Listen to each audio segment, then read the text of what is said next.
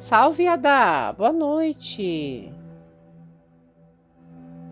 Os resgates são desativados e foram devolvidos. Obrigado pela compreensão. Os resgates são desativados, viu, gente? Durante a live do medo, eu peço que vocês deixem sua atenção para o medo, tá bom? Mergulhem no sobrenatural juntamente comigo, com a Fabi, tá bom? Prestem atenção nos casos, nos relatos aí, tá? Esse retrato, ele é de um pintor muito famoso, de Edgar Allan Poe, tá? E ele tem um mistério nesse retrato aí. Vocês podem notar que tem uma moça sentada lá no fundo, né? E tem a foto, né, que ele tá pintando o retrato dela. E esse retrato que eu vou falar sobre ele. Não é Picasso. Nunca ouviu falar desse? Pesquisa, menino, que você vai saber. Dá uma gugada aí que você vai descobrir. Vou falar um pouquinho sobre o mistério desse retrato. É um conto de terror, viu, gente? Algo assim que... Algo bem macabro e misterioso que envolve essa imagem aqui, ó. O retrato oval. Qual o nome? O nome é Edgar Allan Poe. Poe. Edgar Allan Poe. Conhece, Frisk? Allan tem 2 L, viu? Ele relata a obsessão de um pintor que captura a vitalidade de sua esposa em um retrato, consumindo sua vida no processo. Creio que esse tema, né, esse caso de terror, ele tenha dado origem àquele jogo, se eu não me falha a memória, aquele jogo das pinturas. Eu não lembro muito bem qual é o nome do jogo. Se alguém puder me lembrar aí, acho que é... eu até joguei ele. Joguei, mas não finalizei. Bom, mas enfim. Se eu lembrar, eu falo.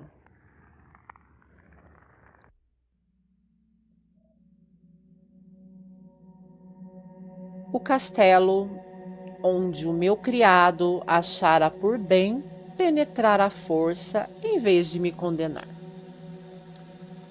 Deploravelmente ferido como eu estava, a passar uma noite ao relento, era uma dessas construções, misto de grandeza e de melancolia, que por longo tempo ergueram a sua fronte orgulhosa no meio dos Apeninos, tanto na realidade quanto na imaginação, da senhora Radcliffe.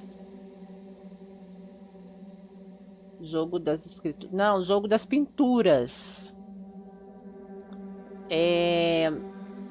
Eu esqueci o nome do jogo, velho. É que o cara. O jogo é assim: ele tem que terminar uma pintura, né? E ele passa por diversos locais. Ele fica em loop, entendeu? Não prestei atenção, tava vendo sobre o Edgar. É o... Ai, gente, eu vou lembrar. Você conhece, Frisk? Apareceu na cara, é famoso mesmo. É famoso. As lives da Fabi também são cultura. Bora lá. Segundo toda a aparência, tinha sido temporária e recentemente abandonado. Instalamo-nos numa das dependências menos amplas, menos suntuosamente mobiliadas. Situada numa torre afastada do edifício, a sua decoração era rica, mas antiquada e em ruínas. As paredes, ornamentadas com numerosos troféus heráldicos de todas as formas, eram cobertas de tapeçarias, assim como de uma coleção prodigiosa de pinturas modernas, de grande estilo, em ricas molduras de ouro ao gosto arabesco. Black Witchcraft? Não, não é Black Witchcraft, não. Ai, eu vou lembrar o jogo. Tem que lembrar. Até o final da live eu lembro. Eu estudei um pouco sobre todo tipo de arte. Você estudou, Frisk?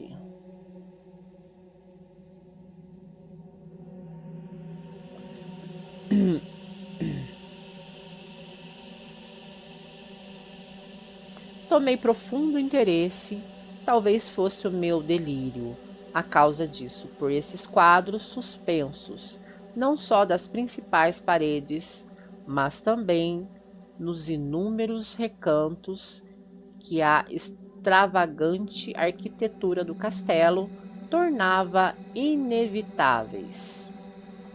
E de tal modo que mandei Peter fechar as pesadas portas das janelas do aposento, pois já era noite. Acender um grande candelabro de vários braços, colocando junto da minha cabeceira e abrir de par em par os reposteiros de veludo preto, guarnecidos de franjas que cercavam o leito. Dei essas ordens para que, ao menos no caso de eu não poder dormir, me deleitasse alternadamente com a contemplação dessas pinturas e com a leitura de um pequeno volume que encontrara sobre o travesseiro e que continha a descrição e a análise dos quadros.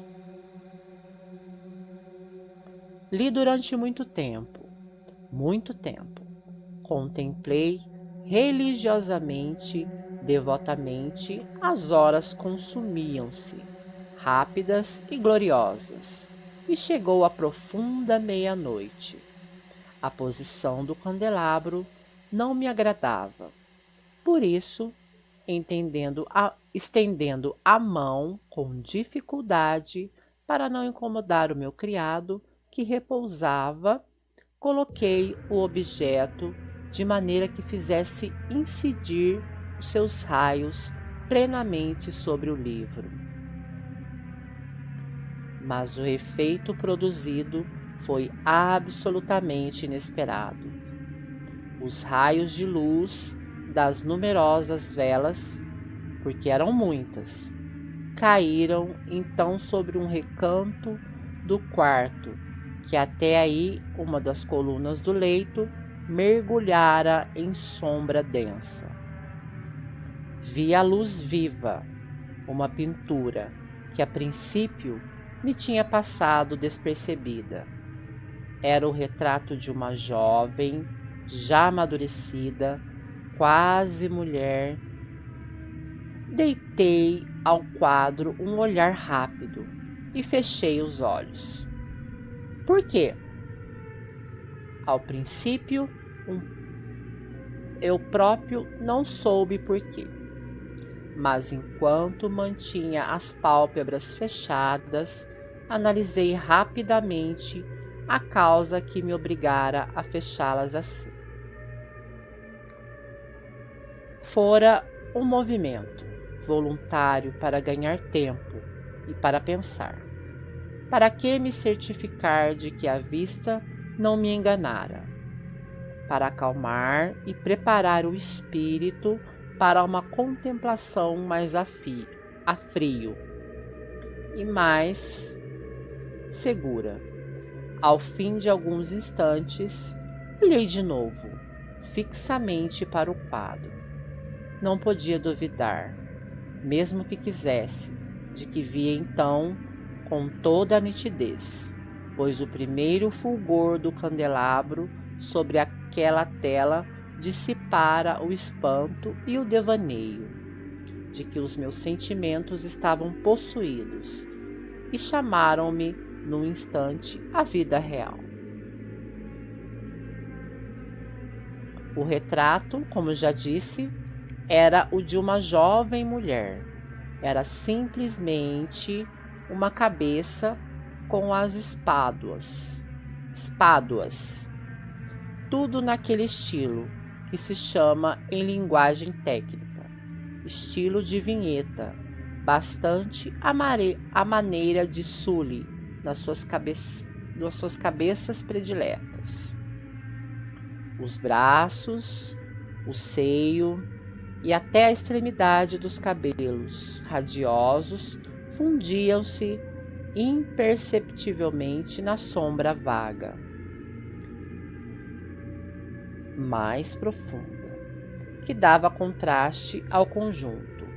O caixilho era oval, magnificamente dourado e lavrado em metal. Ao gosto mourisco.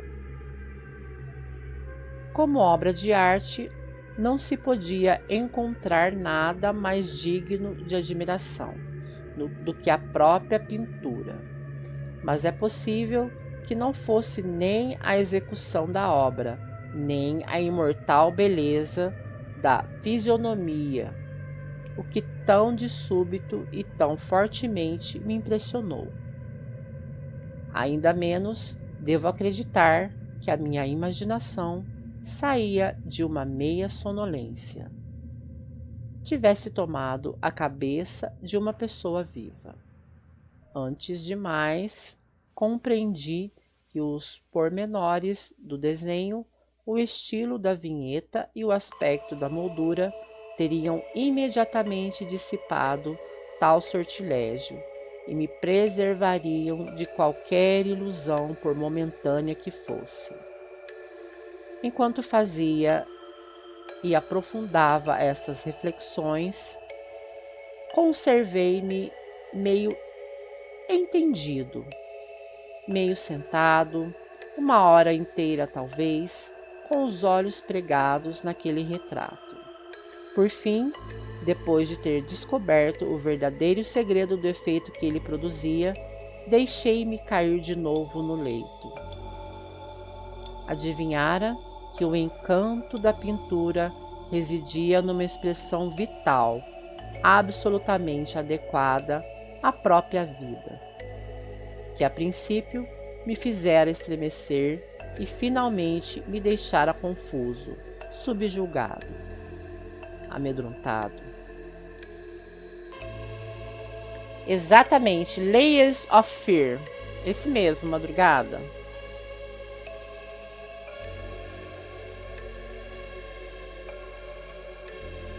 É esse game mesmo. Jesus. Oi, Fabi. Oi, Ocultos. Boa noite. Esse mesmo, Zeus. Layers of Fear, exatamente.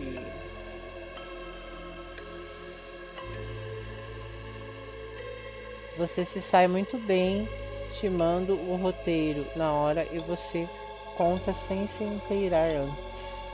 Sim. Tem uma certa semelhança, né? Layers of Fear, exatamente, é esse mesmo. Quem acertou foi o Zeus. Parabéns, Zeus, é esse mesmo. Layers of Fear. Bom, vamos continuar aqui.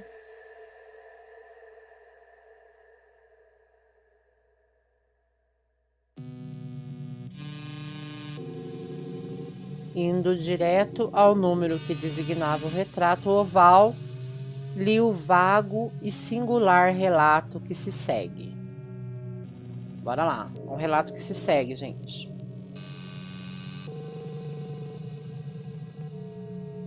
Amei você de narradora, Fabi. Obrigada, Frisk. Os anos lhe fazem bem. Sim, narradora em primeira pessoa, modo leve, não de impacto. Tô trabalhando mais, tô aqui. Obrigada, Ocultos. Obrigada pelo lurk, viu? Parece que tu emagreceu. Eu emagreci? Ah, acho que sim, né? Acho que eu perdi alguns quilos mesmo. Eu perdi alguns quilinhos, sim, ô Zeus. De fato. É os revés da vida. Mas hoje não é dia disso. Hoje não é dia de falar de coisas ruins. Hoje é dia de falar de coisas sobrenaturais. Era uma jovem de raríssima beleza e não menos gentil que alegre. Maldita foi a hora em que ela viu, amou e desposou o pintor. Este, apaixonado, estudioso, austero, já tinha encontrado esposa na sua arte. Ela, jovem de rara beleza e não menos gentil que alegre, toda luz e sorrisos, com o feitio folgazão de uma corça nova, amando com ternura todas as coisas e odiando apenas a arte, que era sua rival. Só temia a palheta e os pincéis, e os outros instrumentos que a privavam da presença do seu bem-amado. Essa parte aqui tem a ver que realmente em Layers of Fear, a mulher do cara não gosta que ele pinta. Olha para vocês verem. Acho que o jogo tem origem aí dessa história aqui, viu, gente? Terrível coisa foi para a dama ouvir o pintor exteriorizar o desejo de pintar também a sua jovem esposa. Mas ela, humilde e obediente, posou durante longas semanas na sombria e alta câmara da torre, onde a luz se filtrava unicamente pelo teto e incidia sobre a desmaiada tela.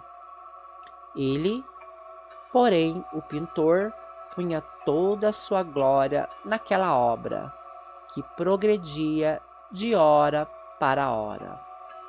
Um homem apaixonado, estranho, meditabundo, perdido em devaneios, e de tal maneira que não queria ver como a luz que tão lugubremente caía naquela torre isolada ressequia a saúde e o espírito de sua mulher, que definhava visivelmente para toda a gente, menos para ele.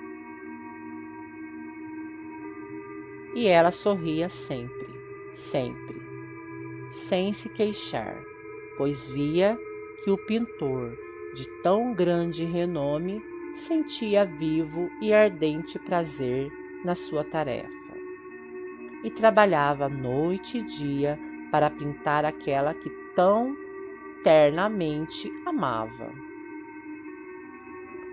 Mas que elegância, cada vez mais de dia para dia. E, na verdade, aqueles que contemplavam o retrato falavam em voz baixa da semelhança, como de extrema maravilha, como de uma prova do talento do pintor, não menor que o seu amor profundo por aquela que ele tão miraculosamente pintava.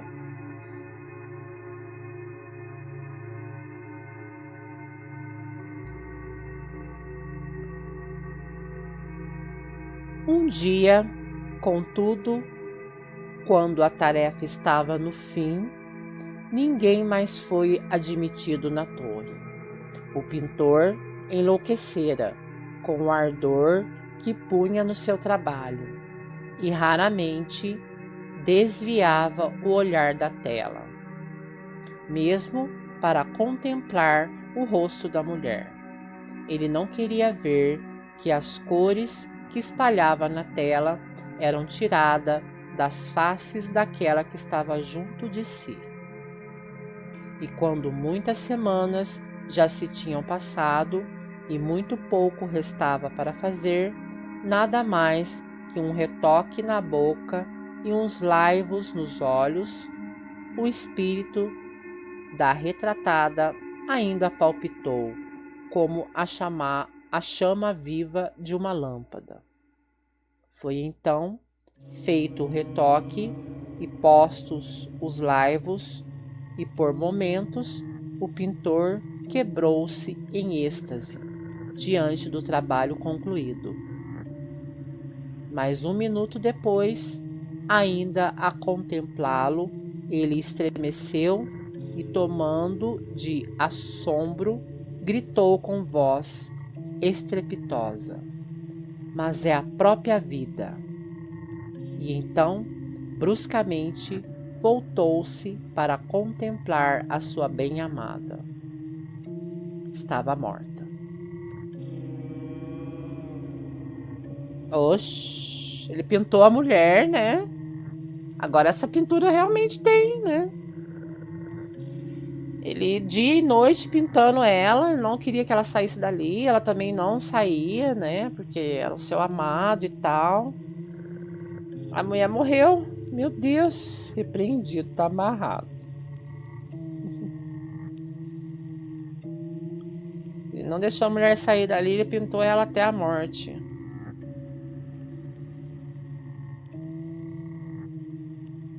Deu vida ao morto. Ele, tipo, sugou, né, a vida da mulher pra dentro de uma pintura. Estranho. Vocês acreditam mesmo que a alma dela esteja aqui, ó? Nessa pintura? Vocês prestaram atenção na imagem? Vocês já, assim, porque tenta fixar, entendeu?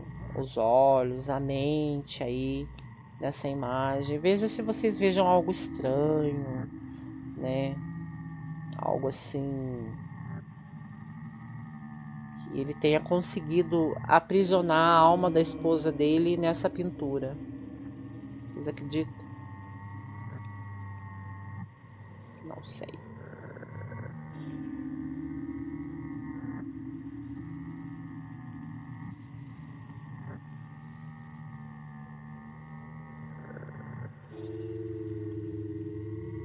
A mulher ela definhou, né? Ele não deixou ela sair. Pintou ela até ela morrer. Sinceramente, não. Não, Zeus. É.